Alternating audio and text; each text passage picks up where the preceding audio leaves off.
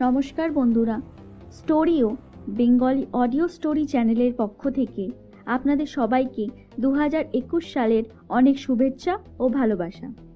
এই বছরে আমাদের নিউ ইয়ার রিজলিউশন হলো বিশ্ব সাহিত্যের সবচেয়ে বিখ্যাত গল্পগুলি আপনাদের শোনানো। তাই আজকে আমাদের গল্প শরদিন্দু বন্দ্যোপাধ্যায় রচিত একটি ব্যোমকেশ কাহিনী, শৈল রহস্য। শরদিন্দু বন্দ্যোপাধ্যায় বাংলা সাহিত্যের একজন বিশিষ্ট ব্যক্তি। তার লেখা প্রচুর জনপ্রিয় গল্প উপন্যাস বাংলা সাহিত্য প্রেমীদের কাছে বিরাট রত্ন ভাণ্ডারের সমান। শরদিন্দু বন্দ্যোপাধ্যায়ের সবচেয়ে জনপ্রিয় সৃষ্টি সত্যান্বেষী ব্যোমকেশ, ভূতান্বেষী বরদা এবং তার ঐতিহাসিক উপন্যাসগুলি।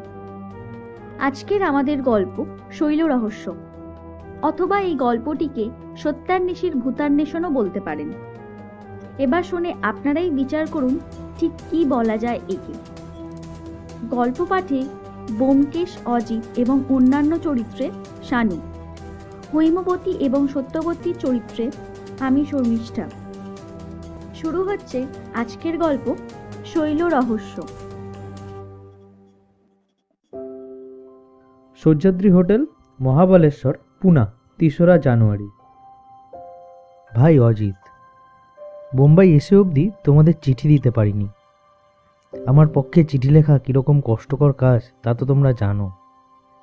বাঙালির ছেলে চিঠি লিখতে শেখে বিয়ের পরে, কিন্তু আমি বিয়ের পর দুদিনের জন্য বউ ছেড়ে রইলাম না। চিঠি লিখতে কোত্থেকে শিখব? তুমি সাহিত্যিক মানুষ, বিয়ে না করেও লম্বা চিঠি লিখতে পারো, কিন্তু তোমার কল্পনা শক্তি আমি কোথায় পাবো ভাই? কাঠখট্টা মানুষ, স্রেফ সত্যি নিয়ে কারবার করি। তবু আজ তোমাকে এই লম্বা চিঠি লিখতে বসেছি। কেন লিখতে বসেছি তা চিঠি শেষ পর্যন্ত পড়লেই বুঝতে পারবে। মহাবালেশ্বর নামক শৈলপুরীর সহ্যাদ্রি হোটেলে রাত্রি 10টার পর মোমবাতি জেলে এই চিঠি লিখছি। বাইরে শীতজর্জর অন্ধকার। আমি ঘরের দৌড় জানলা বন্ধ করে লিখছি, তবু শীত আর অন্ধকারকে যেন ঠেকিয়ে রাখা যাচ্ছে না। মোমবাতির শিখাটি থেকে থেকে নড়ে উঠছে। দেওয়ালের গায়ে নিঃশব্দ ছায়া পা টিপে টিপে আনাগোনা করছে। ভৌতিক পরিবেশ। আমি অতি প্রাকৃতকে সারা জীবন দূরে সরিয়েই রাখতে চেয়েছি, কিন্তু অনেকদিন আগে একবার মুঙ্গেরে গিয়ে বড়দাবাবু নামে একটি ভূতজ্ঞ ব্যক্তির সঙ্গে পরিচয় হয়েছিল, তোমার মনে আছে? আমি তাকে বলেছিলাম, ভূত প্রেত থাকে থাক, আমি তাদের হিসেবের বাইরে রাখতে চাই। এখানে এসে কিন্তু মুশকিলে পড়ে গেছি। ওদের আর হিসাবের বাইরে রেখে দেওয়া যাচ্ছে না। কিন্তু থাক, গল্প বলার আর্ট জানা নেই বলেই বোধহয় পরের কথা আগে বলে ফেললাম। এবার গোড়া থেকে শুরু করি। যে কাজে বোম্বাই এসেছিলাম, সে কাজটা শেষ করতে দিন 4 লাগলো। ভেবেছিলাম কাজ সেরেই ফিরব, কিন্তু ফেরা হলো না। কর্মসূত্রে একজন উচ্চ পুলিশ কর্মচারীর সঙ্গে ঘনিষ্ঠতা হয়েছে। মারাঠি ভদ্রলোক, নাম বিষ্ণু বিনায়ক আপটে। তিনি বললেন, বোম্বে এসেছেন, পুনে না দেখেই ফিরে যাবেন? প্রশ্ন করলাম, পুনায় দেখবার কি আছে? তিনি বললেন, পুনার শিবাজি মহারাজের পীঠস্থান, সেখানে দেখবার জিনিসের অভাব। সিংহগড়, শনিবার দুর্গ, ভবানী মন্দির, আরও কত কি। ভাবলাম এদিকে আর কখনো আসবো কিনা কে জানে, এ সুযোগ ছাড়া উচিত নয়। বললাম, বেশ যাব।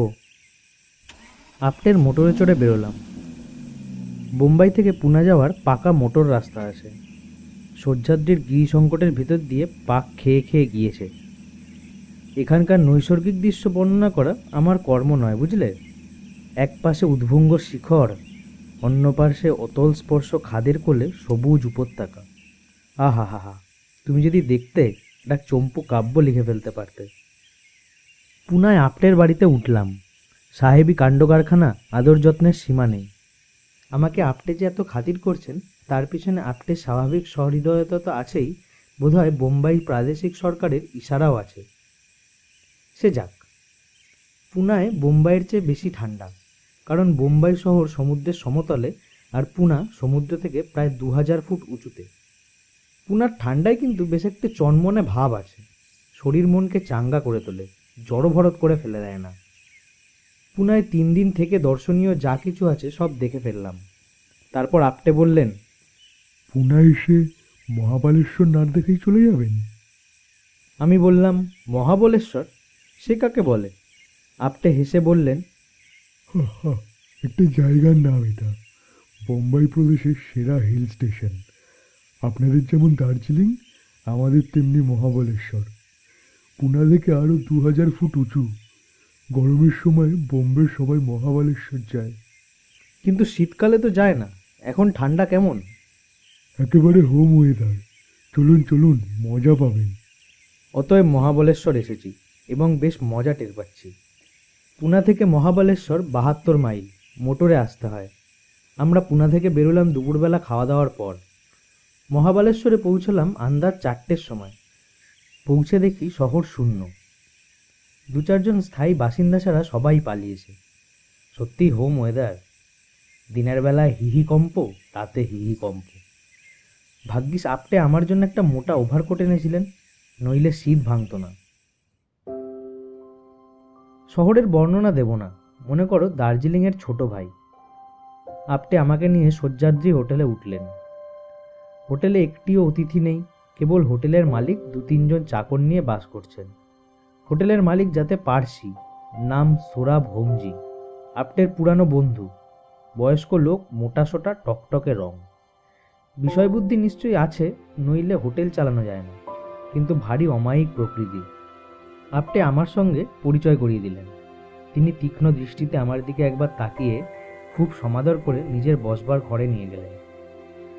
অবিলম্বে কফি এসে পড়ল এবং তার সঙ্গে নানা রকম পেস্ট্রি। ভালো কথা, তুমি বোধহয় জানো না, গোড়া পার্সিরা ধূমপান করে না, কিন্তু মদ খায়। মদ না খেলে তাদের ধর্মবিশ্বাসে আঘাত লাগে, জানো তো। যাই হোক, কফি পর্ব শেষ না হতে হতে সূর্যাস্ত হয়ে গেল। অতঃপর আপটে আমাকে হোটেলে রেখে মোটর নিয়ে বেরোলেন। এখানে তার কি একজন আত্মীয় আছে, তার সঙ্গে দেখা করে ঘণ্টাখানেকের মধ্যে ফিরবেন। তিনি চলে যাওয়ার পর হোমজি মৃদু হেসে বললেন, আপনি বাঙালি শুনে আশ্চর্য হবেন, মাস দেড়েক আগে পর্যন্ত এই হোটেলের মালিক ছিলেন একজন বাঙালি। আশ্চর্য হলাম। বললাম, বলেন কি, বাঙালি এত দূরে এসে হোটেল খুলে বসেছিল? হোমজি বললেন, হ্যাঁ, তবে একলা নয়, তার একজন গুজরাটি অংশীদার ছিল। এই সময় একটা চাকর এসে অবদ্ধ ভাষায় তাকে কি বলল। তিনি আমাকে জিজ্ঞেস করলেন, আপনি কি স্নান করবেন? যদি করেন, গরম জল তৈরি আছে। বললাম, রক্ষে করুন, এই শীতে স্নান? একেবারে বোম্বে গিয়ে স্নান করব। চাকর চলে গেল। তখন আমি হোমজিকে প্রশ্ন করলাম, আচ্ছা, আপনি তো বোম্বের লোক, তাহলে এই শীতে এখানে রয়েছেন কেন? এখানে তো তেমন এখন কাজকর্ম কিছুই নেই। হোমজি বললেন, কাজকর্ম আছে বই কি, মার্চ মাস থেকে হোটেল খুলবে, অতিথিরা আসতে শুরু করবে। তার আগেই বাড়িটাকে সাজিয়ে গুছিয়ে ফিটফাট করিয়ে তুলতে হবে। তাছাড়া বাড়ির পিছন দিকে গোলাপের বাগান আছে, চলুন না, দেখবেন এখনো দিনের আলো আছে। বাড়ির পিছন দিকে গিয়ে বাগান দেখলাম। বাগান এখনো তৈরি হয়নি, তবে মাসখানেকের মধ্যেই ফুল ফুটতে আরম্ভ করবে। হোমজির ভারী বাগানের শখ। এইখানে তোমাকে সহ্যাদ্রি হোটেলের একটা বর্ণনা দিয়ে রাখি। চুনকাম করা পাথরের দোতলা বাড়ি, সবশুদ্ধ 12-14টা বড় বড় ঘর আছে। সামনে দিয়ে গেরু মাটি ঢাকা রাস্তা গিয়েছে। পিছন দিকে গোলাপ বাগানের জমি, লম্বায় চওড়ায় কাঠা চারেক হবে। তারপরেই গভীর খাদ, শুধু গভীর নয়, খাড়া নেমে গিয়েছে। পাথরের মোটা আলসির উপর ঝুঁকে উঁকি মারলে দেখা যায় অনেক নিচে ঘন ঝোপঝাড়ের ভিতর দিয়ে একটা সরু ঝর্ণার ধারা বয়ে গেছে। আমরা বাগান দেখে ফিরছি, এমন সময় খাদের নিচ থেকে একটা গভীর আওয়াজ উঠে এলো, অনেকটা মোষের ডাকের মতো। নিচে তখন ঘুটঘুটে অন্ধকার, উপরে একটু আলো আছে। আমি জিজ্ঞেস করলাম, ও কিসের আওয়াজ? হোমজি বললেন, ও বাঘের ডাক, আসুন ভেতরে যাওয়া যাক। ঘরে বৈদ্যুতিক বাতি জ্বলছে। চাকর একটা গনগনে কয়লার আংটা মেজের উপর রেখে গেছে। আমরা আংটাটার কাছে চেয়ার টেনে এনে বসলাম। ঠান্ডা আঙুলগুলোকে আগুনের দিকে ছড়িয়ে দিয়ে বললাম, এদিকে বড় বাঘ আছে? হোমজি বললেন, হ্যাঁ, তা আছে। তাছাড়া হায়না আছে, নেকড়ে আছে। যে বাঘটার ডাক আজ শুনলেন সেটা মানুষের রক্তের স্বাদ পেয়েছে কিনা, তাই এ তল্লাট ছেড়ে যেতে পারছে না। বাবা, মানুষ খেকো বাঘ? কত মানুষ খেয়েছে? আমি একটার কথাই জানি, ভারী লোমহর্ষণ কাণ্ড, শুনবেন? এই সময় আপটে ফিরে এলেন। লোমহর্ষণ কাণ্ড সেখানেই চাপা পড়ে গেল। আপটে বললেন তার আত্মীয় ছাড়ছেন না, আজ রাত্রে তাকে সেখানেই ভোজন এবং শয়ন করতে হবে। কিছুক্ষণ গল্প সল্প করে তিনি উঠলেন, আমাকে বললেন, কাল সকাল 9টার মধ্যে আমি আসবো। আপনি ব্রেকফাস্ট খেয়ে তৈরি হয়ে থাকবেন, দুজনে বেরোবো। এখানে অনেক দেখবার জায়গা আছে, Bombay point, Arthur seat, Pratapgad দুর্গ। তিনি চলে গেলেন। আমরা আরও খানিকক্ষণ বসে এটা সেটা গল্প করলাম। এখানে এখন শাক সবজি, দুধ, ডিম, মুরগি খুব সস্তা। গরমের সময় আবার দাম চড়বে। কথায় কথায় হোমজি বললেন, ও ভালো কথা, আপনার ভূতের ভয় নেই তো? আমি হেসে উঠলাম।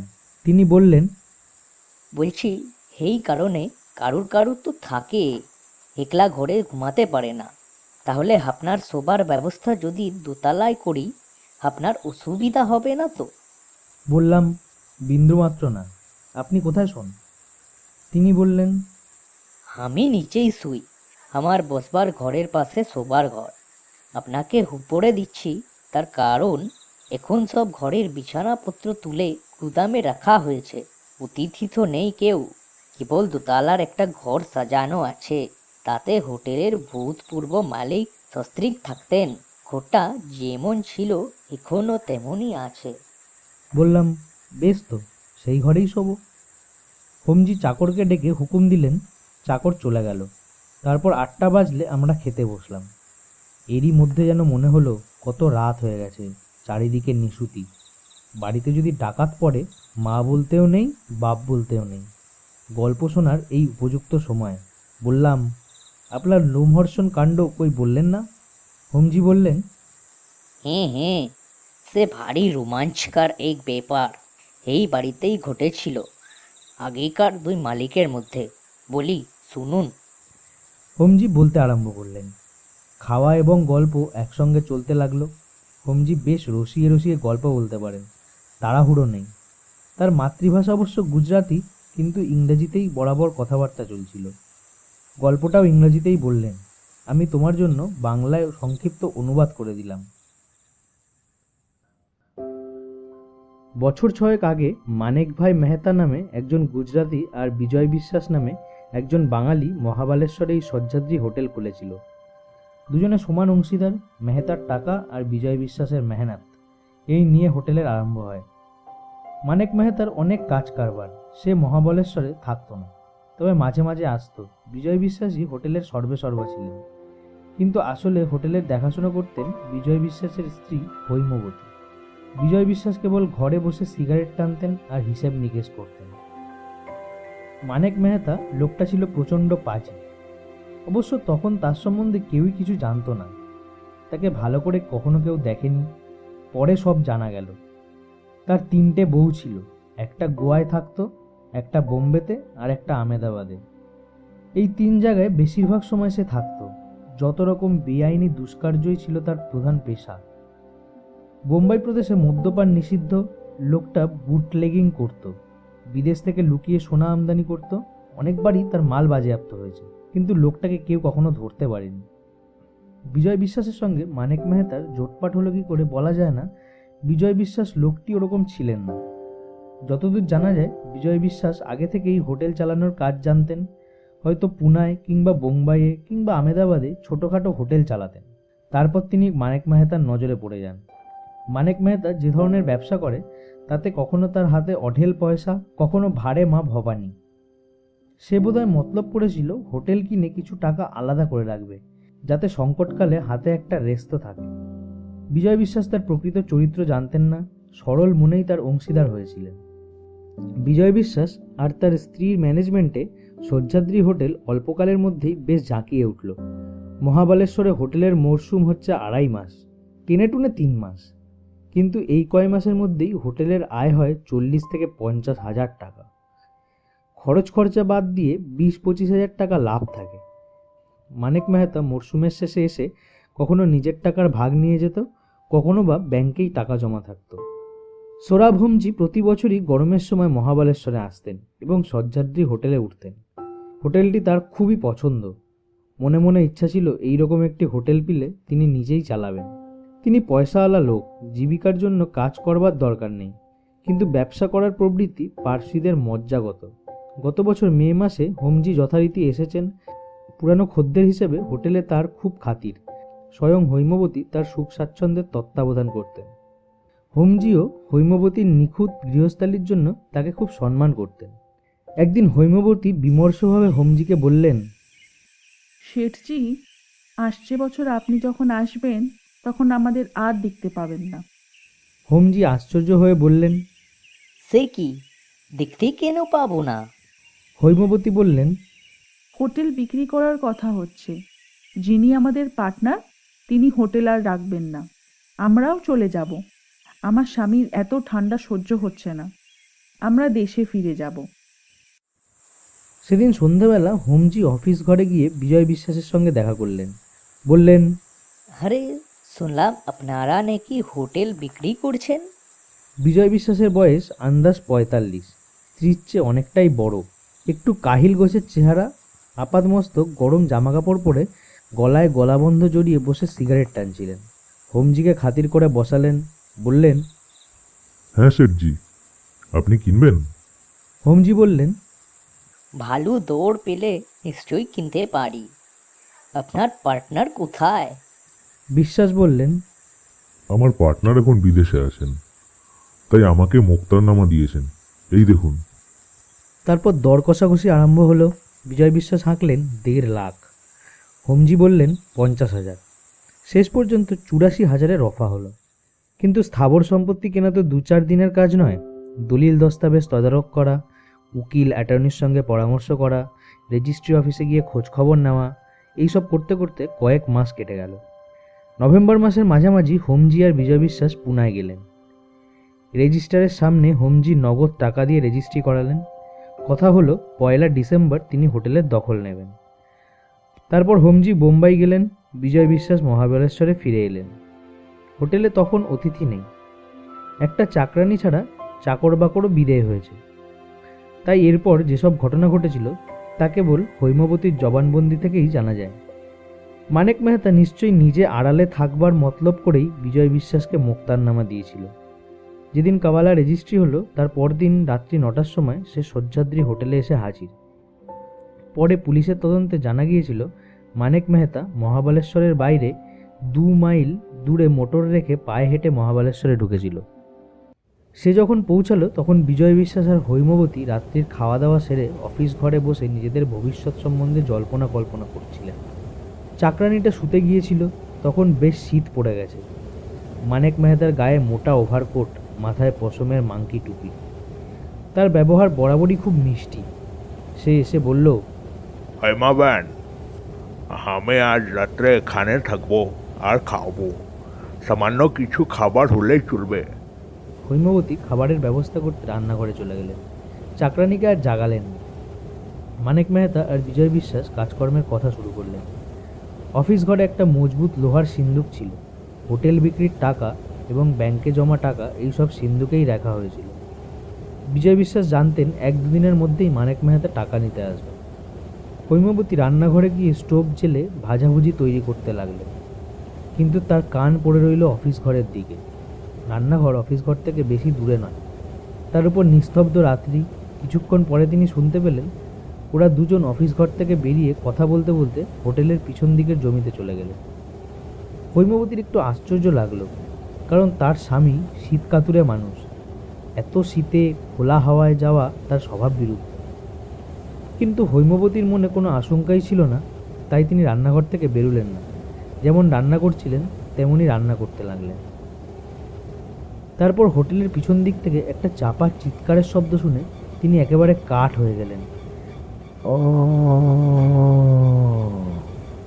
তার স্বামীর গলায় চিৎকার। ক্ষণকাল স্তম্ভিত অবস্থায় থেকে তিনি ছুটে গেলেন হোটেলের পিছন দিকে। পেছনের জমিতে যাওয়ার একটা দরজা আছে। হৈমবতী দরজার কাছে পৌঁছেছেন এমন সময় মানেক মেহতা ওদিক থেকে ঝড়ের মতো এসে ঘরে ঢুকলেন। হৈমবতীকে সজোরে এক পাশে সরিয়ে দিয়ে সদরের দিকে চলে গেল। কি হলো, কি হলো? বলে হৈমবতী পিছনের জমিতে ছুটে গেলেন। সেখানে কেউ নেই। হৈমবতী তখন স্বামীর খোঁজে অফিস ঘরের দিকে ছুটলেন। সেখানে দেখলেন লোহার সিন্দুকের কবাট খোলা রয়েছে, তার ভিতর থেকে নোটের বান্ডিল সব অন্তর্হিত হয়েছে, প্রায় 1.5 লাখ টাকার নোট। এতক্ষণে হৈমবতী প্রকৃত ব্যাপার বুঝতে পারলেন। মানিক মেহতা তার স্বামীকে ঠেলে খাদের মধ্যে ফেলে দিয়েছে আর সমস্ত টাকা নিয়ে পালিয়েছে।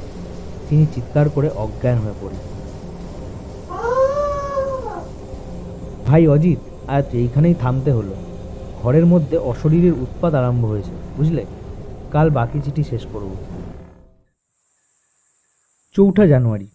কাল চিঠি শেষ করতে পারিনি। আজ রাত্রি 10টার পর মোমবাতি জ্বালিয়ে আবার আরম্ভ করেছি। হোমজি খেতে বসে গল্প বলছিলেন। গল্প শেষ হওয়ার আগেই খাওয়া শেষ হলো। আমরা বসবার ঘরে উঠে গেলাম। চাকর কফি দিয়ে গেল। হোমজি আবার বলতে শুরু করলেন। আমি আজ আরও সংক্ষেপে তার পুনরাবৃত্তি করছি। হৈমবতীর যখন জ্ঞান হলো তখন 10টা বেজে গেছে। ইলেকট্রিক বাতি নিভে গিয়ে চারিদিক অন্ধকার। হৈমবতী চাকরানিকে জাগালেন, কিন্তু সে রাত্রে বাইরে থেকে কোনো সাহায্যই পাওয়া গেল না। পুলিশ এলো সেই পরদিন সকালে। পুলিশের অনুসন্ধানে বোঝা গেল হৈমবতীর অনুমানই ঠিক। হোটেলের পিছনে খাদের ধারে মানুষের ধস্তাধস্তির চিহ্ন রয়েছে। 2-4 দিন অনুসন্ধান চালাবার পর আরও অনেক খবর বেরোলো। মানিক মেহতা ডুব মেরেছে।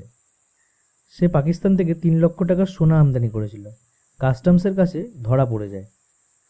মানিক মেহতা ধরা না পড়লেও একেবারে নিঃস্ব হয়ে পড়েছিল, তাই অংশীদারকে খুন করে প্রায় 1.5 লাখ টাকা সে হাতিয়েছে। এদিকে খাদের তলা থেকে বিজয় বিশ্বাসের লাশ উদ্ধার করা দরকার, কিন্তু এমন দুর্গম এই খাদ, সেখানে পৌঁছানো অতি কষ্টকর ব্যাপার।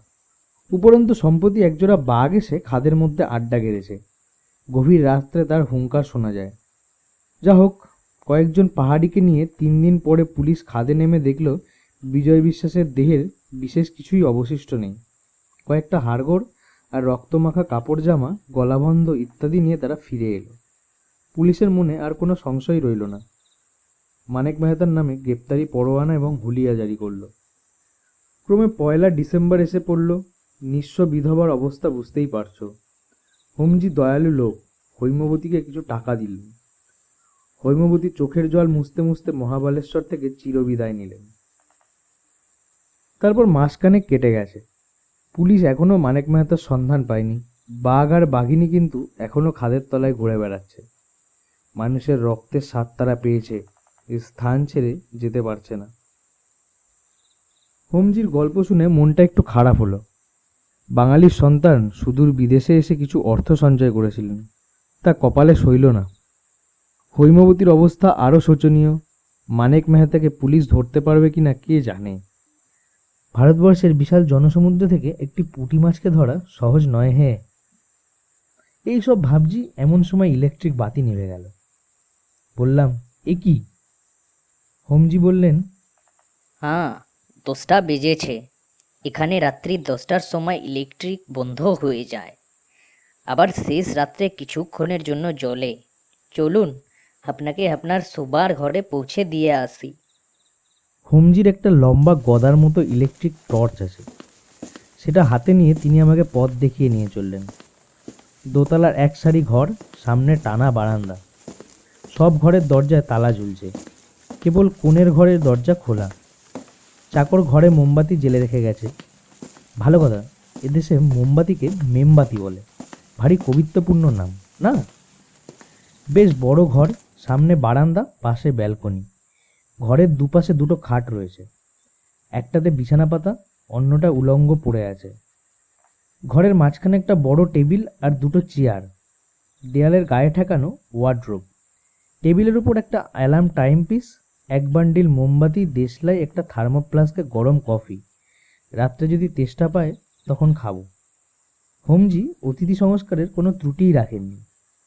হোমজি বললেন, এই ঘরেই বিজয় বিশ্বাস তার স্ত্রীকে নিয়ে থাকতেন। হৈমবতী চলে যাওয়ার পর ঘরটা যেমন ছিল এখনো ঠিক তেমনই আছে। আপনার কোনো অসুবিধা হবে না তো? বললাম, অসুবিধে কিসে? খুব আরামেই থাকবো। আপনি যান, এবার শুয়ে পড়ুন গিয়ে।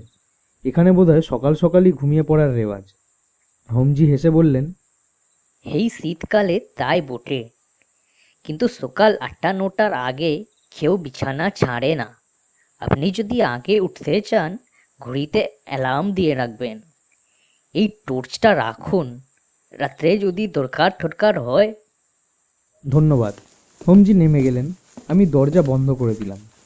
মোমবাতির আলোয় ঘরটা আবছা দেখাচ্ছে।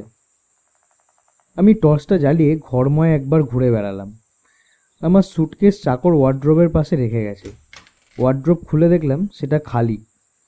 এসেন্স, কর্পূর, ন্যাপথলিন মেশানো একটা গন্ধ নাকে এলো। হৈমবতী এই ওয়ার্ড্রোবেই নিজের কাপড় চোপড় রাখতেন। ঘরের পিছন দিকে একটা সরু দরজা রয়েছে। খুলে দেখলাম স্নানঘর। আবার বন্ধ করে দিলাম। তারপর চেয়ারে এসে বসে সিগারেট ধরালাম। ঘরের দরজা জানলা সবই বন্ধ, তবু যেন একটা বরফ জমানো ঠান্ডা হাওয়া ঘরের মধ্যে ঘুরে বেড়াচ্ছে। বেশিক্ষণ বসে থাকা চলবে না। তাড়াতাড়ি সিগারেট শেষ করে ঘড়িতে অ্যালার্ম দিলাম। 7:30টার সময় ঘুম ভাঙলেই যথেষ্ট। আপটে আসবেন সেই 9টার সময়। টর্চটা বালিশের পাশে নিয়ে মোমবাতি নিভিয়ে বিছানায় ঢুকে। বিছানায় দুটো মোটা মোটা গদি, গোটা চারেক বিলিতি কম্বল, একেবারে রাজসজ্জা। ক্রমশ কম্বলের মধ্যে শরীর গরম হতে লাগলো। কখন ঘুমিয়ে পড়লাম। আশ্চর্য এই যে প্রথম রাতে ঘুমাবার আগে পর্যন্ত অতিপ্রাকৃত কোনো ইশারা ইঙ্গিত পাইনি। ঘুম ভাঙল ঝনঝন অ্যালার্মের শব্দে। ধর্মর করে বিছানায় উঠে বসলাম। ঘর অন্ধকার। কোথায় আছি মনে করতে করতে কয়েক সেকেন্ড কেটে গেল। তারপর মনে পড়ল, কিন্তু এত শিগগিরই 7টা বেজে গেল। কই, জানলার সার্সি দিয়ে দিনের আলো তো দেখা যাচ্ছে না এখনো। টর্চ জেলে ঘড়ির উপর আলো ফেললাম। চোখে ঘুমের জড়তা রয়েছে। মনে হলো ঘড়িতে 2টো বেজেছে, কিন্তু অ্যালার্ম ঝনঝন শব্দে বেজেই চলেছে। কীরকম হলো? আমি কম্বল ছেড়ে উঠলাম। টেবিলের কাছে গিয়ে ঘড়ির উপর আলো ফেলে দেখলাম সত্যি 2টো। তবে অ্যালার্ম বাজলো কী করে? অ্যালার্মের কাঁটা ঘোরাতে কি ভুল করেছি? ঘড়িটা হাতে তুলে নিতেই বাজনা থেমে গেল। দেখলাম অ্যালার্মের কাঁটা ঠিকই 7:30টার উপর আছে। হয়তো ঘড়িটাতে কোনো গলদ আছে। অসময়ে অ্যালার্ম বাজে। আমি ঘড়ি রেখে আবার বিছানায় ঢুকলাম। অনেকক্ষণ ঘুম এলো না। তারপর আবার কখন ঘুমিয়ে পড়েছি। এই হলো প্রথম রাত্রির ঘটনা। পরদিন সকালে ব্রেকফাস্ট খেতে খেতে হোমজিকে জিজ্ঞেস করলাম, আপনার টাইম পিসে কি অসময়ে অ্যালার্ম বাজে? তিনি ভুরু তুলে বললেন, কই না, কেন বলুন তো? বললাম ব্যাপারটা। তিনি শুনে উদ্বিগ্ন মুখে একটু চুপ করে রইলেন। তারপর বললেন, হয়তো সম্প্রতি খারাপ হয়েছে। আমার অন্য একটা অ্যালার্ম ঘড়ি আছে, সেটা আজ রাত্রে আপনাকে দেব। আমি আপত্তি করতে যাচ্ছিলাম, এমন সময় চাকর একটি চিঠি এনে আমার হাতে দিল। আপটের চিঠি। তিনি লিখেছেন, কাল রাত্রে হঠাৎ পা পিছলে গিয়ে তার পায়ের কাছের গোছ মচকে গেছে। নড়ার ক্ষমতা নেই। আমরা যদি দয়া করে আসি। চিঠি হোমজিকে দেখালাম। তিনি মুখে চুকচুক শব্দ করে বললেন, চলুন তাহলে দেখে আসি উহাকে। জিজ্ঞেস করলাম, কত দূর এখান থেকে? মাইল 2 হবে, বাজারের মধ্যে। এখানে মহারাষ্ট্র ব্যাংকের একটা ব্রাঞ্চ আছে। হাপ্টের আত্মীয় তার ম্যানেজার, ব্যাংকের উপর তালা থাকেন। ব্রেকফাস্ট সেরে বেরোলাম। হোমজির একটি ছোটোখাটো স্ট্যান্ডার্ড মোটর আছে, তাতে চড়ে গেলাম। ব্যাংকের বাড়িটা দোতলা। বাড়ির পাশ থেকে খোলা সিঁড়ি উপরে উঠেছে। আমরা উপরে উঠে গেলাম। আপটে বালিশের উপর ব্যান্ডেজ বাঁধা পা তুলে দিয়ে খাটে শুয়ে আছেন। আমাদের দেখে দুহাত বাড়িয়ে বললেন, আহা, কি কাণ্ড দেখুন দেখি। কোথায় আপনাকে নিয়ে ঘুরে বেড়াবো তা নয়, একেবারে শয্যাশায়ী। আমরা খাটের পাশে চেয়ারে বসলাম। জিজ্ঞেস করলাম, কি হয়েছিল? আপটে বললেন, রাত্রে ঘুম ভেঙে শুনলাম দরজায় কে খুটখুট করে টুকা মারছে। বিছানা ছেড়ে উঠলাম, কিন্তু দৌড় খুলে দেখি কেউ নেই। আবার দৌড় বন্ধ করে ফিরছি, পা মুচড়ে পড়ে গেলাম। পা পাটা পেন হয়ে গেল। আর কোথাও লাগেনি তো? না, আর কোথাও লাগেনি। কিন্তু আশ্চর্য জানেন, আমি হোঁচট খাইনি, পায়ে কাপড়ও জড়িয়ে যায়নি। ঠিক মনে হলো আমাকে যেন কেউ পিছন থেকে ধাক্কা মেরে ঠেলে ফেলে দিল। আমার কি মনে হলো, হঠাৎ জিজ্ঞেস করলাম, রাত্রি তখন কটা হবে বলুন তো? রাত্রি ঠিক তখন 2টো। এই বিষয়ে আর কথা হলো না। গৃহস্বামী এসে পড়লেন। ব্যাংকের ম্যানেজার হলেও অনন্তরাও দেশপাণ্ডে বেশ ফুর্তিবাজ লোক। আজকাল ব্যাংকের কাজকর্ম নেই বললেই হয়। তিনি আমাদের সঙ্গে আড্ডা জমালেন। আপটের পা ভাঙা নিয়ে খানিকটা ঠাট্টা তামাশা হলো। গরম গরম চিড়ে ভাজা আর পটেটো চিপস দিয়ে এক প্রস্ত কফি হলো। তারপর আমরা উঠে পড়লাম। আপটে কাতরভাবে বললেন, ভেবেছিলাম মিস্টার বক্সিকে মহাবলেশ্বর ঘুরিয়ে দেখাবো, তা আর হলো না। 2-3 দিন মাটিতে পাই রাখতে পারবো না। হোমজি বললেন, আরে আরে তাতে কি হয়েছে, আমি ওকে মহাবালেশ্বর দেখিয়ে দেব। আমার তো এখন ছুটি। কাল আবার আসবো বলে আমরা চলে এলাম। দুপুরবেলা লাঞ্চ খেয়ে হোমজির সঙ্গে বেরোলাম। কাছাকাছি কয়েকটা দর্শনীয় স্থান আছে। একটি হ্রদ আছে, তাতে মোটর লঞ্চ চড়ে বেড়ালাম কিছুক্ষণ। মহাবালেশ্বরের মধু বিখ্যাত। কয়েকটি মধুর কারখানা দেখলাম। মৌমাছি মধু তৈরি করছে আর মানুষ তাই বিক্রি করে পয়সা রোজগার করছে। মৌমাছিদের খেতে দিতে হয় না, মজুরিও দিতে হয় না, একটি ফুলের বাগান থাকলেই হলো। কিন্তু যাক, বাজে কথা লিখে চিঠি বড় করব না, এখনো আসল কথা সবই বাকি আছে। হোমজির কাছ থেকে একটা চিঠির প্যাড জোগাড় করেছি, তাও প্রায় ফুরিয়ে এলো। সে রাত্রে 10টা বাজবার 5 মিনিট আগে শুতে গেলাম। চাকর সব ঠিকঠাক রেখে গিয়েছে। দেখলাম পুরানো ঘড়ির বদলে একটা নতুন অ্যালার্ম ঘড়ি রেখে গেছে। আমি এতে আর দম দিলাম না, অ্যালার্মের চাবিটা এঁটে বন্ধ করে দিলাম। অ্যালার্মের দরকার নেই, যখন ঘুম ভাঙবে তখন উঠব। আলো নেভার আগেই শুয়ে পড়লাম। এতক্ষণ লক্ষ্য করিনি, শুয়ে শুয়ে দেখছি একটা চামচিকে ঘরের মধ্যে ঢুকেছে। দরজা জানলা সব বন্ধ, তাই পালাতে পারছে না। নিঃশব্দ পাখায় ঘরের একোণ থেকে ওকোণে যাচ্ছে, আবার ফিরে আসছে। দরজা খুলে তাকে তাড়ানো যায় কিনা ভাবছি, এমন সময় ইলেকট্রিক বাতি নিভে গেল। আর উপায় নেই। জন্তুটা সারা রাত্রি পালাবার রাস্তা খুঁজে উড়ে বেড়াবে, হয়তো ক্লান্ত হয়ে ঘরের কোণে পড়ে থাকবে। অন্ধকারে শুয়ে শুয়ে ভাবছি, ঘুম আসছে না। কাল রাত 2টোর সময় আমার ঘরে অকারণে অ্যালার্ম ঘড়ি বাজলো, আর ঠিক সেই সময় 2 মাইল দূরে আপটের পা মচকালো। দুটো ঘটনার মধ্যে নৈসর্গিক সম্পর্ক কিছুই নেই, সমাপতন ছাড়া আর কী বা হতে পারে। অথচ আপটের পা যদি না মচকাতো, তিনি আজ এই ঘরে অন্য খাটে শুতেন। চামচিকাটা কি এখনো উড়ে বেড়াচ্ছে? আমার গায়ে এসে পড়বে না তো? পরে পড়ুক, ইতর প্রাণীকে আমার ভয় নেই। সত্যবতী আরশোলা আর ইঁদুরকে ভয় করে, খোকা ভয় করে টিকটিকিকে। এইসব ভাবতে ভাবতে ঘুমিয়ে পড়েছিলাম। কানের কাছে কর্কশ শব্দে অ্যালার্ম বেজে উঠল। কম্বলের মধ্যে লাফিয়ে উঠলাম। নতুন ঘড়ির অ্যালার্ম বাজছে।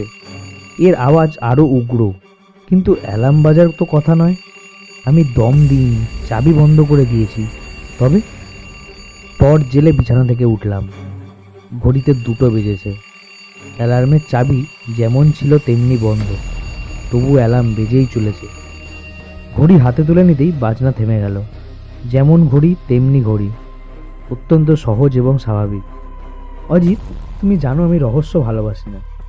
রহস্য দেখলেই আমার মন তাকে ভেঙে চুরে তার অন্তর্নিহিত সত্যটি আবিষ্কার করতে লেগে যায়। কিন্তু একই রকম রহস্য, অলৌকিক ঘটনার প্রতি আমার বুদ্ধি স্বভাবতই বিমুখ।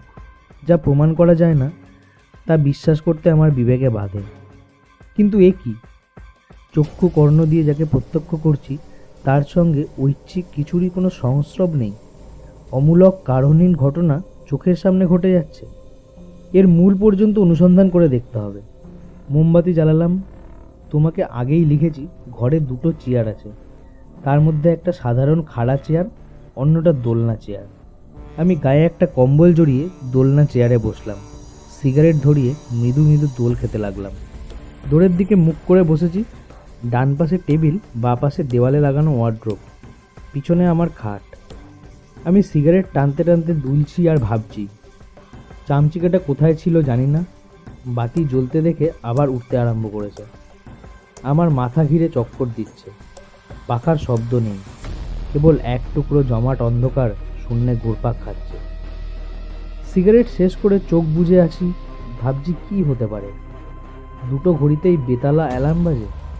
তবে কি হোমজি আমার সঙ্গে প্র্যাকটিক্যাল যোগ করছেন? আমি কাল ভূতের কথায় হেসেছিলাম, তাই তিনি আমাকে ভয় দেখাচ্ছেন? তা যদি হয় তাহলে ঘড়িটার যন্ত্রপাতি খুলে পরীক্ষা করলেই ধরা যাবে। কিন্তু হোমজি বয়স্ক ব্যক্তি, এমন বাঁদুরে রসিকতা করবেন? এরকম মনে হয় না। কতক্ষণ চোখ বুজে দোল খাচ্ছিলাম বলতে পারি না, মিনিট 15-র বেশি নয় হয়তো। চোখ খুলে চমকে গেলাম, দোলনা চেয়ারটা দুলতে দুলতে ঘুরে গেছে।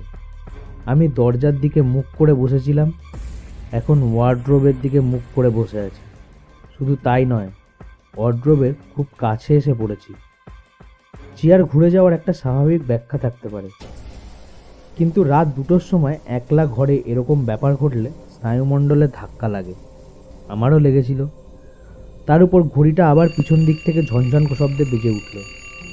আমি লাফিয়ে উঠে ঘড়িটা বন্ধ করতে গেলাম, মোমবাতি নিভে গেল। বোঝো ব্যাপার।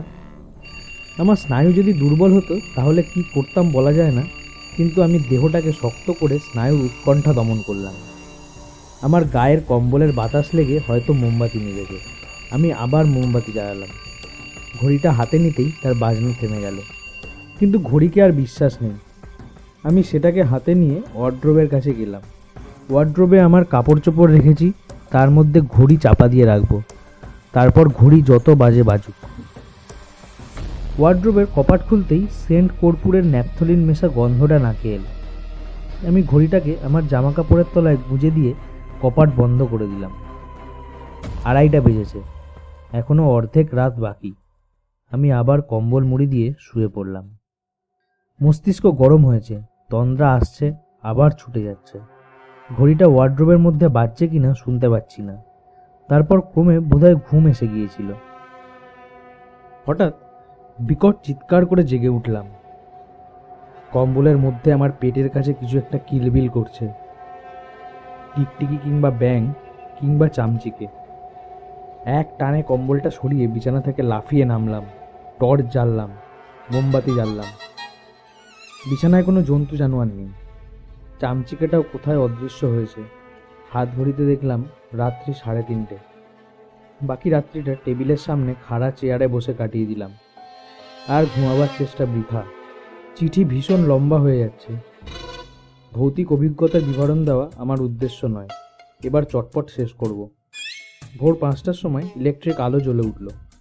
আমি ওয়ার্ড্রোব খুলে ঘড়ি বার করলাম। ঘড়ির সঙ্গে একটা বাদামি কাগজের চিলটে বেরিয়ে এলো।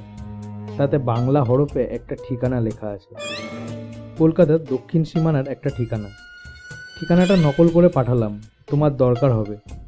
আমার স্কাউট ছুরি দিয়ে ঘড়িটা খুললাম। যন্ত্রপাতির কোনো গন্ডগোল নেই, সহজ ঘড়ি।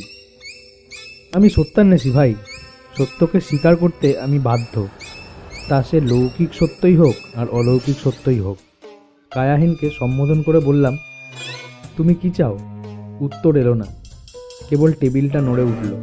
আমি টেবিলের উপর হাত রেখে বসেছিলাম। বললাম, তুমি কি চাও আমি তোমার মৃত্যুর তদন্ত করি? এবার টেবিল তো নড়লই, আমি যে চেয়ারে বসেছিলাম তার পিছনে পায়া দুটো উঁচু হয়ে উঠল। আমি প্রায় টেবিলের উপর হুমড়ি খেয়ে পড়ে যাচ্ছিলাম। বুঝেছি, কিন্তু পুলিশ তো তদন্ত করছেই। আমি করলে কি সুবিধা হবে? আমি কোথায় তদন্ত করব? ঘড়িটা চড়াং করে একবার বেজেই থেমে গেল। ঠিকানা লেখা বাদামি কাগজের চিলতেটা টেবিলের একপাশে রাখা ছিল, সেটা যেন হাওয়া লেগে আমার সামনে সরে এলো। আমার মাথায় একটা আইডিয়া এলো, মানেক মেহতা কি বাংলাদেশে গিয়ে লুকিয়ে আছে? আশ্চর্য নয়, একলা লুকিয়ে আছে কিংবা। বললাম, বুঝেছি, আচ্ছা চেষ্টা করে দেখব। এই সময় ইলেকট্রিক বাতি আবার নিভে গেল। দেখলাম জানলার সার্সি দিয়ে দিনের আলো দেখা যাচ্ছে। এ ব্যাপারে হোমজিকে কিছু বললাম না আর। 9টার সময় দুজনে আবার আপটেকে দেখতে গেলাম। মোটরে যেতে যেতে হোমজিকে জিজ্ঞেস করলাম, হৈমবতীর চেহারা কেমন? হোমজি আমার দিকে একটু মুখ ফিরিয়ে হাসলেন, বললেন, চেহারা তো ভালোই, রং খুব ফর্সা নয়, তবে ভারী চটকদার চেহারা। বয়স? হয়তো 30-এর কিছু বেশি হবে, কিন্তু দীর্ঘ যৌবনা। শরীরের বাঁধনি ঢিলে হয়নি এখনো। আপটের পা কালকের চেয়ে ভালো, কিন্তু এখনো হাঁটতে পারেন না।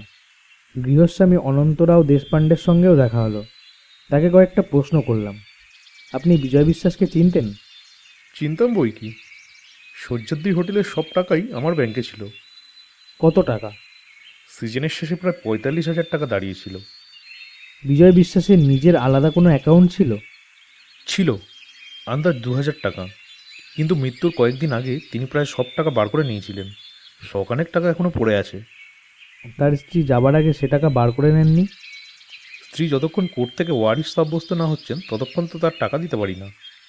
হৈমবতী এখন কোথায়, তার ঠিকানা জানেন? না, তার ঠিকানা এখন আর জানি না আমি। আর কেউ জানে, এমন কাউকে জানেন? বোধহয় না, কেউ জানে না। যাবার সময় তিনি নিজেই জানতেন না কোথায় যাবেন। আমি আপটেকে জিজ্ঞেস করলাম, আপনি নিশ্চয়ই এই মামলার খবর রাখেন, মানিক মেহতার কোনো সন্ধান পাওয়া গেছে? তিনি বললেন, না, সন্ধান পাওয়া গেলে আমি নিশ্চয়ই জানতে পারতাম। মানিক মেহতার কোনো ফটোগ্রাফ আছে? একটা গ্রুপ ফটোগ্রাফ ছিল। সহ্যাদ্রি হোটেল যখন আরম্ভ হয় তখন মানিক মেহতা, বিজয় বিশ্বাস আর হৈমবতী একসঙ্গে ছবি তুলেছিল, কিন্তু সেটা পাওয়া যায়নি। হোটেলে ফিরে এসে দুপুরবেলা খুব ঘুমোলাম। রাত্রে তোমাকে চিঠি লিখতে বসেছিলাম, কিন্তু বারবার বাধা পেয়ে শেষ করতে পারিনি। বিদেহী আত্মা আমার এই চিঠি লেখাতে সন্তুষ্ট নয়, অথচ সে কি চায় বোঝাতে পারছে না। যা হোক, আর চিঠি শেষ করব। এতখানি ভনিতার কারণ বোধহয় বুঝতে পেরেছো। তোমাকে একটা কাজ করতে হবে।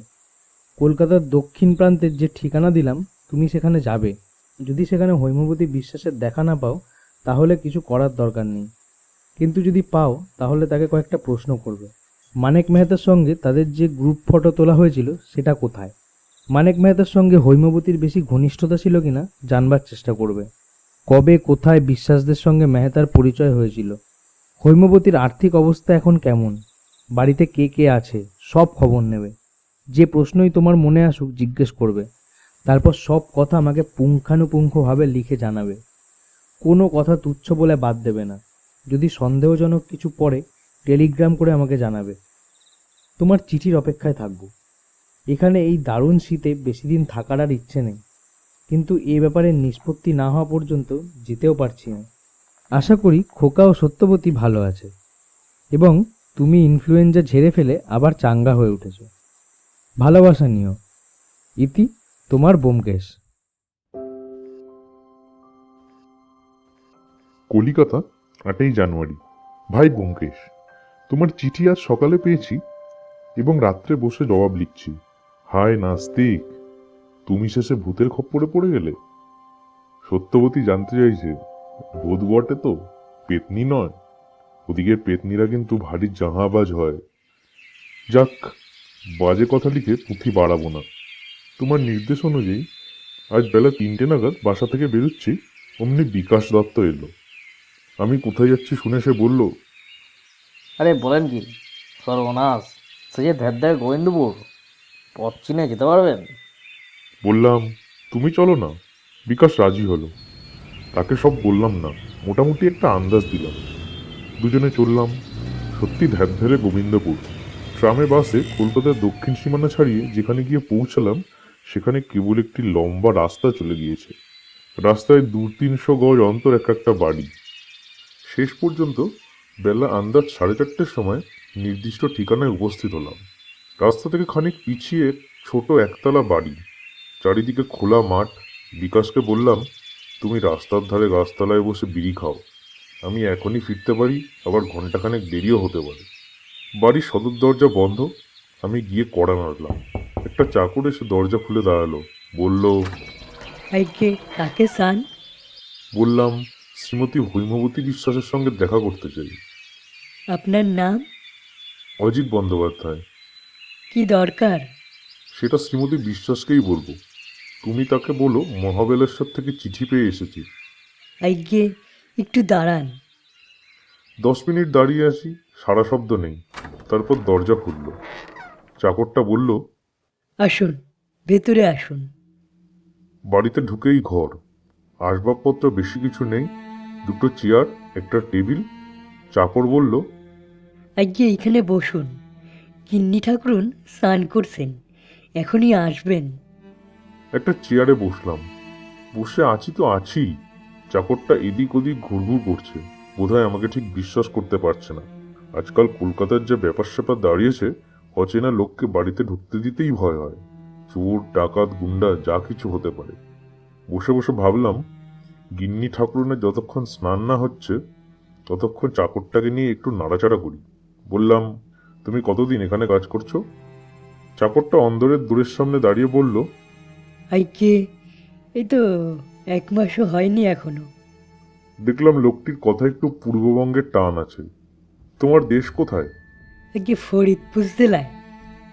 বলে সে চৌকাঠের উপর উবু হয়ে বসল। আধবয়সী লোক, মাথায় কদম ছাট চুল, গায়ে একটা ছেঁড়া ময়লা রঙের সোয়েটার। কতদিন কলকাতায় আছো? তা বাবু 3 বছর হতে চলল। এখানে মানে এই বাড়িতে কজন মানুষ থাকে? গিন্নি ঠাকুরন একলাই থাকেন এখানে। স্ত্রীলোক একলা থাকেন? পুরুষ কেউ নেই? আইকি না, আমি বুড়ো মানুষ, তারই দেখাশোনা করি। এখানে কারুর যাতায়াত আছে? আইকি না, আপনি এই প্রথম এখানে এলেন। এই সময় হৈমবতীকে দোরের কাছে দেখা গেল। চাকরটা উঠে দাঁড়ালো, আমিও দাঁড়ালাম। ইতিমধ্যে ঘরের আলো কমে গিয়েছিল। তিনি চাকরকে বললেন, মহেশ, আলো জেলে নিয়ে এসো। চাকর চলে গেল। অল্প আলোতেও মহিলাটিকে দেখার অসুবিধা ছিল না। দীঘল চেহারা, সুশ্রী মুখ। পার্সিদের চোখে খুব ফর্সা না লাগলেও আমার চোখে কিন্তু বেশ ফর্সাই লাগলো। মুখে একটি চিত্তাকর্ষক সৌকুমার্য আছে। যৌবনের চৌকাঠ পার হতে গিয়ে থমকে দাঁড়িয়ে পড়েছেন। পরনে সাদা থান, গায়ে একটিও অলংকার নেই। কবিত্ব করছি না, কিন্তু তার সদ্যস্নাত চেহারাটি দেখে বৃষ্টি ভেজা সন্ধ্যার রজনীগন্ধার কথা মনে পড়ে যায়।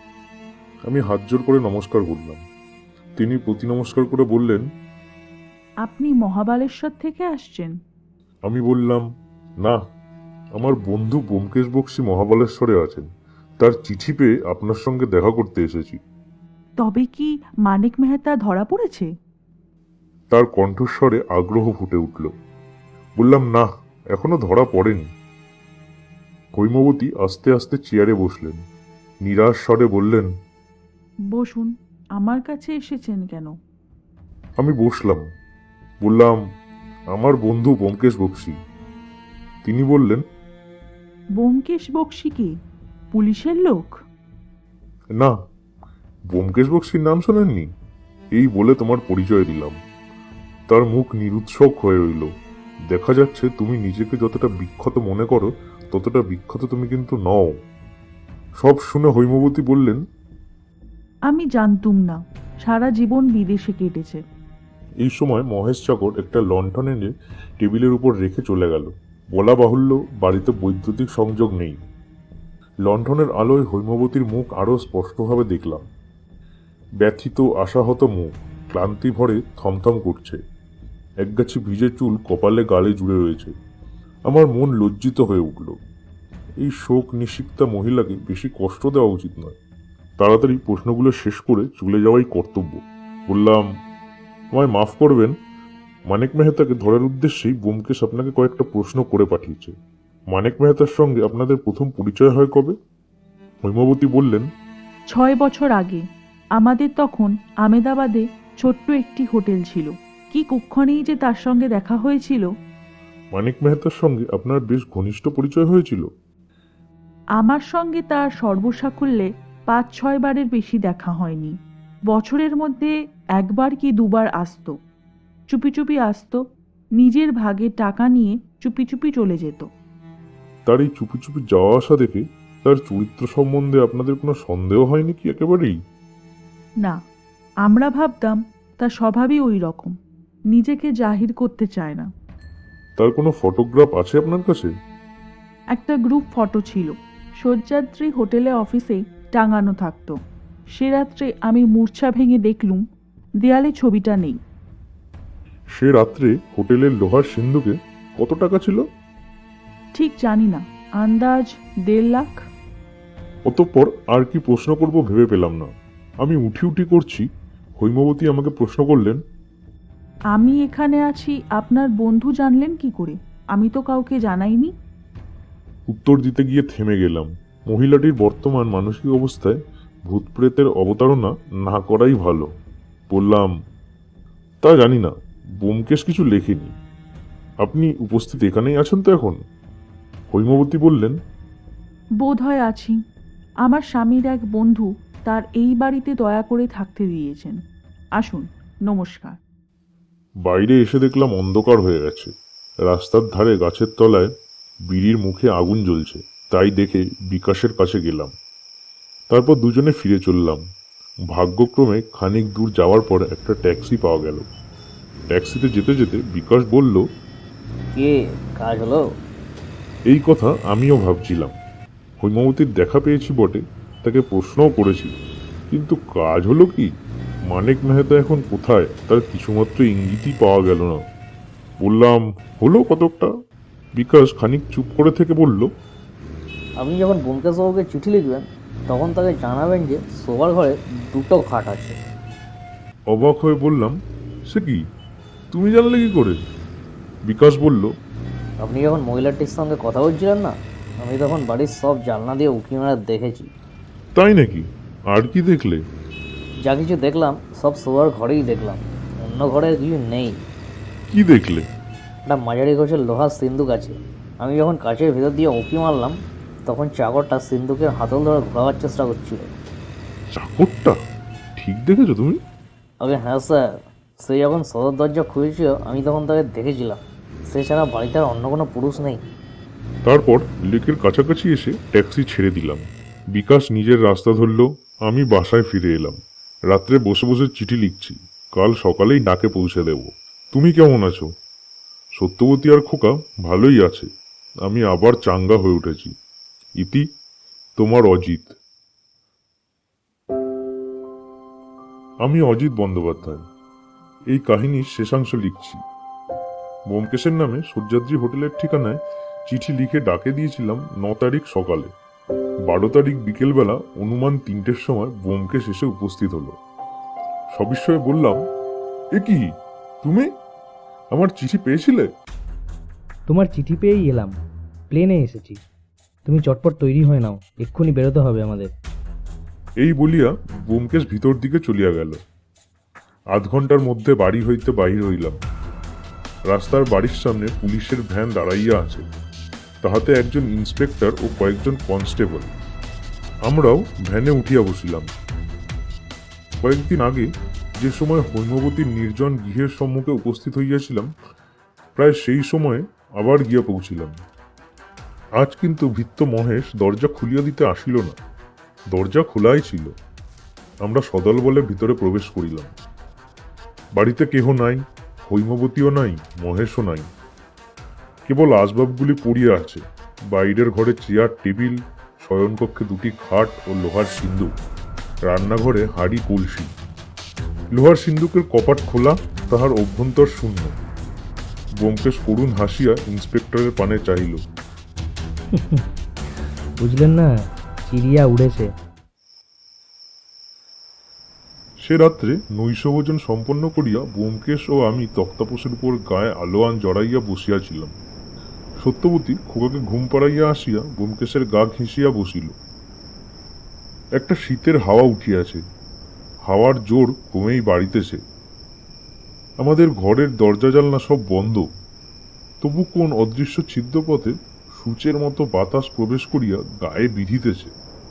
বলিলাম, মহাবালেশ্বরের শীত তো তুমি খানিকটা সঙ্গে এনেছ দেখছি। আশা করি বিজয় বিশ্বাসের প্রেতটিকে সঙ্গে আননি। সত্যবতী ব্যোমকেশের কাছে আরেকটু ঘেঁষিয়া বসিল। ব্যোমকেশ আমার পানে একটি সকৌতুক দৃষ্টি হানিয়া বলিল, প্রেত সম্বন্ধে তোমার ভুল ধারণা এখনো যায়নি দেখছি। বলিলাম, প্রেত সম্বন্ধে আমার ভুল ধারণা থাকা বিচিত্র নয়, কারণ আমি প্রেতের সঙ্গে কখনো রাত্রিবাস করিনি। আচ্ছা ব্যোমকেশ, সত্যিই তুমি ভূত বিশ্বাস করো? যা প্রত্যক্ষ করেছি তা বিশ্বাস করা না করার উপর কোনো প্রশ্নই ওঠে না। তুমি ব্যোমকেশ বক্সির অস্তিত্বে বিশ্বাস করো? ব্যোমকেশ বক্সির অস্তিত্বে বিশ্বাস করি, কারণ তাকে চোখের সামনে দেখতে পাচ্ছি। কিন্তু ভূত তো আর চোখে দেখিনি, বিশ্বাস করি কি করে বলো তো? আমি তোমাকে বিশ্বাস করতে বলছি না, কিন্তু আমি যদি বিশ্বাস করি তুমি আপত্তি করবে কেন? কিছুক্ষণ নীরবে ধূমপান করিলাম। তারপর বলিলাম, আচ্ছা ও কথা যাক, বিশ্বাসে মিলায় কৃষ্ণ, তর্কে বহুদূর। কিন্তু তোমার ভূতের এত চেষ্টা সত্ত্বেও কার্যসিদ্ধি হলো না? কে বলে কার্যসিদ্ধি হয়নি? ভূত চেয়েছিল মস্ত একটা ঢোকার টাটি ভেঙে দিতে, তা সে দিয়েছে। তার মানে? মানে কি এখনো কিছুই বুঝতে পারোনি? কেন বুঝবো না? প্রথমে অবশ্য আমি হৈমবতীর চরিত্র ভুল বুঝেছিলাম, কিন্তু এখন বুঝেছি হৈমবতী আর মানিক মেহতা মিলে বিজয় বিশ্বাসকে খুন করেছিল। হৈমবতী একটি সাংঘাতিক মেয়ে মানুষ। হৈমবতীর চরিত্র ঠিকই বুঝেছ, কিন্তু ভূতকে এখনো চেনোইনি। ভূতের রহস্য আরো সাংঘাতিক। সত্যবতী ব্যোমকেশের আরো কাছে সরিয়া গেল। হঠাৎ কাঁপিয়া উঠিয়া বলিল, আমার শীত করছে। শীত করছে না ভয় করছে? ব্যোমকেশ হাসিয়া নিজের আলোয়ানের অর্ধেকটা তাহার গায়ে জড়াইয়া দিল। বলিলাম, এসো এসো বধূ এসো, আধো আঁচড়ে বসো। বুড়ো বয়সে লজ্জা করে না? ব্যোমকেশ বলিল, তোমাকে আবার লজ্জা কি? তুমি তো অবোধ শিশু একটা। সত্যবতী সায় দিয়া বলিল, নয়তো কি, যার বিয়ে হয়নি সে তো দুধের ছেলে। বলিলাম, আচ্ছা আচ্ছা, এখন ভূতের কথা হোক, এসব বাদ দাও। আমি কিছুই বুঝিনি, তুমি সব খোলসা করে বলো তো। ব্যোমকেশ বলিল, আগে তোমাকে দু একটা প্রশ্ন করি। মানিক মেহতা বিজয় বিশ্বাসকে খুন করবার ধারে খাদের ধারে নিয়ে গেল কেন? বিজয় বিশ্বাসই বা গেল কেন? চিন্তা করিয়া বলিলাম, না, জানি না। দ্বিতীয় প্রশ্ন, বিজয় বিশ্বাসের নামে ব্যাংকে 2000 টাকা ছিল। হোটেল বিক্রি হওয়ার আগে সে টাকা বার করে নিয়েছিল কেন? জানি না এটাও। তৃতীয় প্রশ্ন, তুমি যখন হৈমবতীর সঙ্গে দেখা করতে গিয়েছিলে তখন শীতের সন্ধ্যা হয়। চাকর বলল হৈমবতী স্নান করছেন, তখন তোমার খটকা লাগলো না? না, মানে খেয়াল করিনি। চতুর্থ প্রশ্ন, চাকরটাকে সন্দেহ হয়নি? না, চাকরটাকে সন্দেহ করার কোনো কারণ হয়নি। সে পূর্ববঙ্গের লোক, মাত্র কয়েকদিন হৈমবতীর চাকরিতে ঢুকেছিল। অবশ্য একথা যদি সত্যিই হয় যে সে লোহার সিন্দুক তুলেছিল, তবে অবশ্য আলাদা ব্যাপার।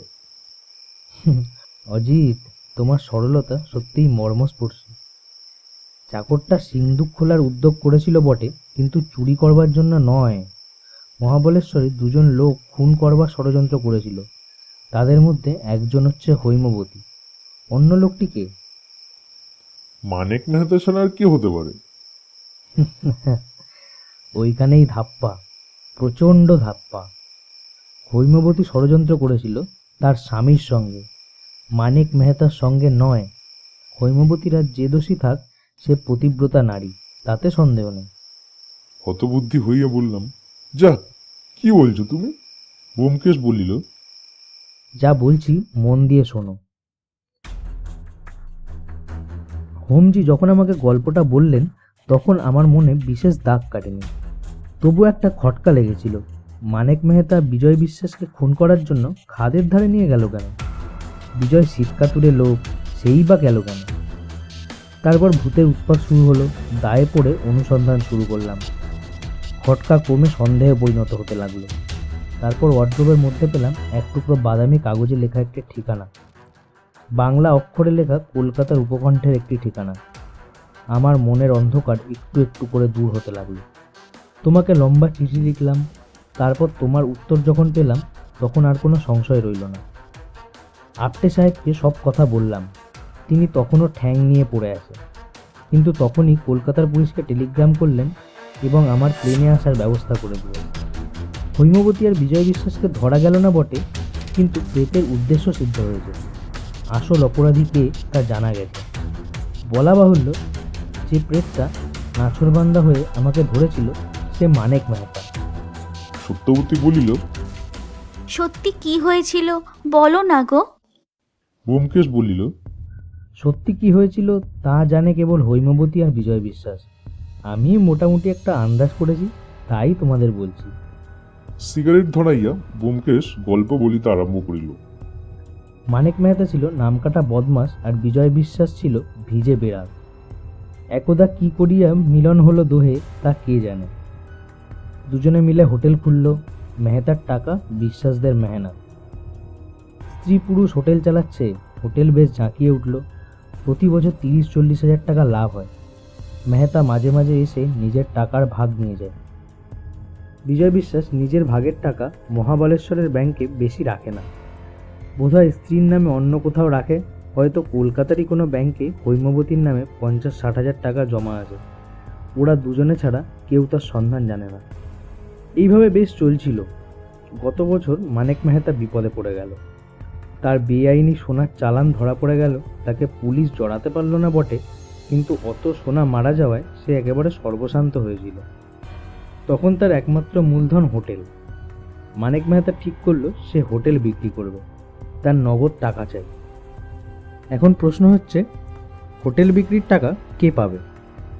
একলা মেহতা তো পাবে না, বিজয় বিশ্বাসেরও বকরা আছে। ওদের পার্টনারশিপের দলিল আমি দেখিনি। অনুমান করা যেতে পারে মানিক মেহতা যখন হোটেল কেনার টাকা দিয়েছিল তখন হোটেল বিক্রির টাকাটাও পুরোপুরি তারই প্রাপ্য। আমার বিশ্বাস মেহতা সব টাকাই দাবি করেছিল। হৈমবতী আর বিজয় বিশ্বাস ঠিক করলো সব টাকা ওরাই নেবে। ওদের পূর্ব ইতিহাস কিছু জানা যায় না, কিন্তু ওদের প্রকৃতি যে স্বভাবতই অপরাধপ্রবণ তাতে আর কোনো সন্দেহ নেই। দুজনে মিলে পরামর্শ করলো। মানিক মেহতা পুলিশের নজর লাগা দাগি লোক, তার ঘাড়ে অপরাধের ভার চাপিয়ে দেওয়া সহজ। স্বামী স্ত্রী মিলে নিপুণভাবে প্ল্যান গড়ে তুলল। কলকাতার উপকণ্ঠে তখন কিভাবে ওরা বাসা ঠিক করেছিল আমি জানি না এখনো।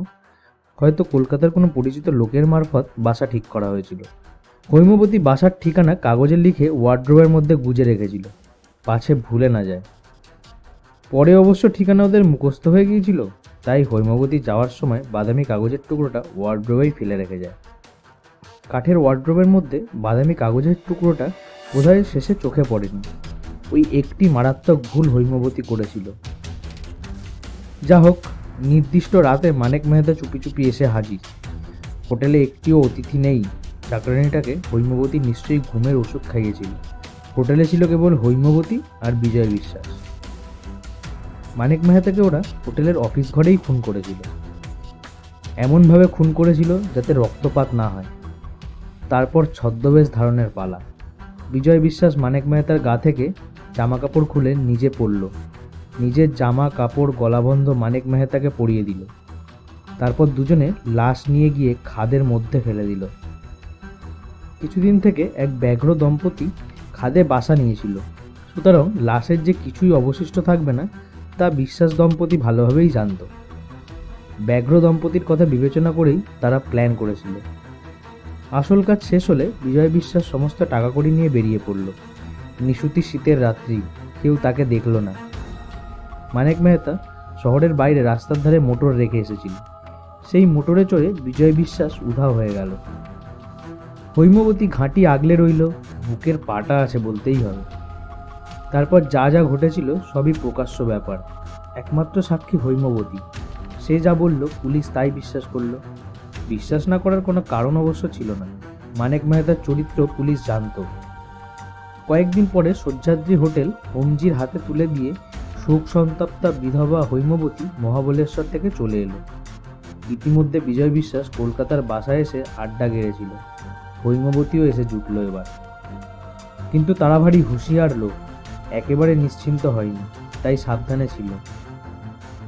তাই মহাবালেশ্বর থেকে চিঠি পেয়ে অজিত যখন দেখা করতে গেল তখন হৈমবতী চমকে উঠল বটে, কিন্তু ঘাবড়ালো না।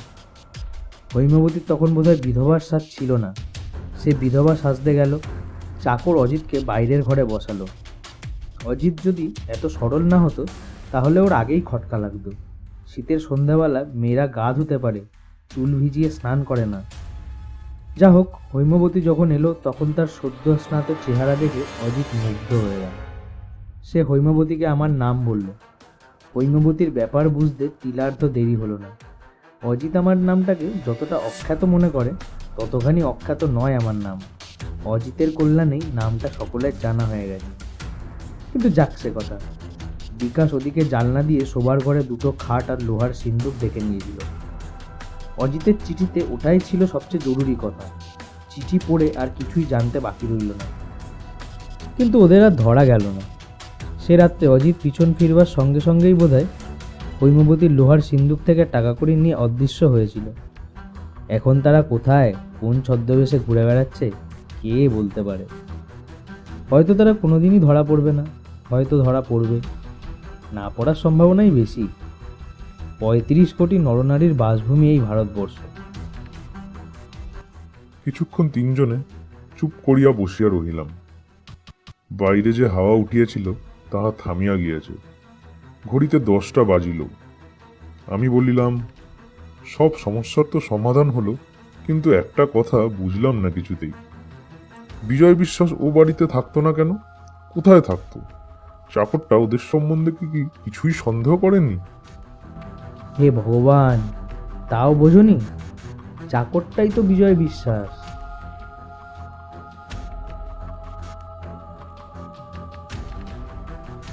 আমাদের আজকের গল্প শৈল রহস্য এখানেই শেষ হলো। আমাদের এই প্রচেষ্টাকে যদি আপনাদের ভালো লেগে থাকে তাহলে অবশ্যই চ্যানেলটিকে সাবস্ক্রাইব করুন এবং লাইক শেয়ার কমেন্ট করুন এবং আমাদের পাশে থাকুন।